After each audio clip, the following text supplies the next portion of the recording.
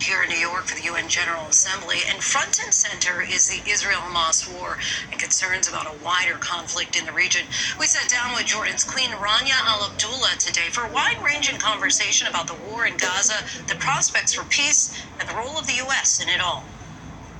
Your Majesty, we thank you so much for talking with us and giving us this time today. Really appreciate it. We are now, as you know, just a few days away from marking 1 year since the start of the Israel-Hamas war. At least 41,000 Palestinians have died, thousands of them children, an estimated 100 hostages who still remain in Gaza at this point. I know that you have said that the downtrodden and persecuted don't need a change of mindset, they need a change in circumstances. In your estimation, who or what can best bring about that change in circumstance? Well, first of all, thank you for having me here. You know, this war has been unprecedented in its scale and brutality. Gaza, which is a third of the size of New York, has been hit with more explosives than Dresden, Hamburg, and London combined throughout the World War II. So we have the highest death rate of any conflict this century, and 70% of those killed are women and children. Gaza is breaking all sorts of records in all the worst ways. The highest rate of starvation, we have the highest cohort of child amputees, the highest level of civilian destruction, infrastructure destruction. You know, 2 and 3 buildings have been destroyed, most schools and hospitals, every single university. In this war, there have been more children, journalists, aid workers, and medical personnel killed than any other war. So this is not a defensive war or a normal kind of war. Every country has a right to defend itself, but what we're seeing here is truly an indiscriminate killing spree that's taking place.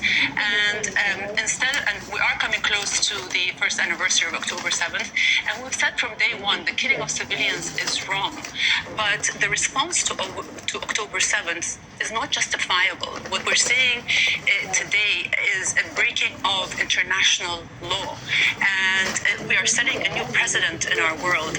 And so it sometimes feels like the world is operating from 2 different playbooks. Israeli pain is validated, whereas Palestinian pain is normalized, even justified. It sometimes seems that Israel is the exception to every rule that governs our world, and Palestinians are the exception to universal human rights.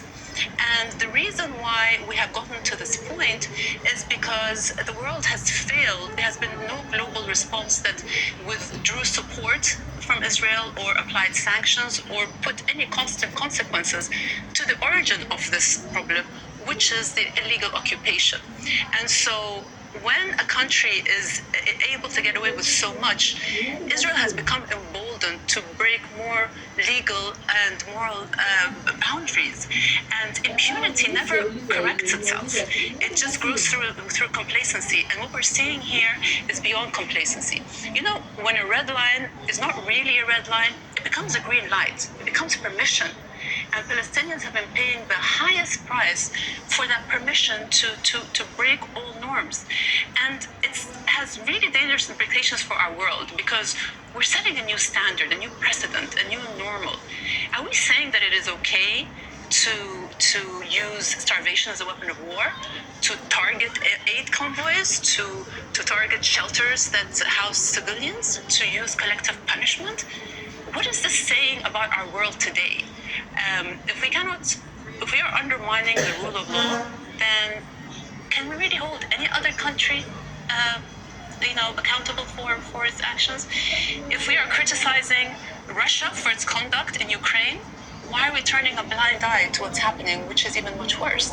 You have said that the global community has dragged its feet, and as you well know, some of the most powerful people in the world are gathered here in New York this week for the UN General Assembly.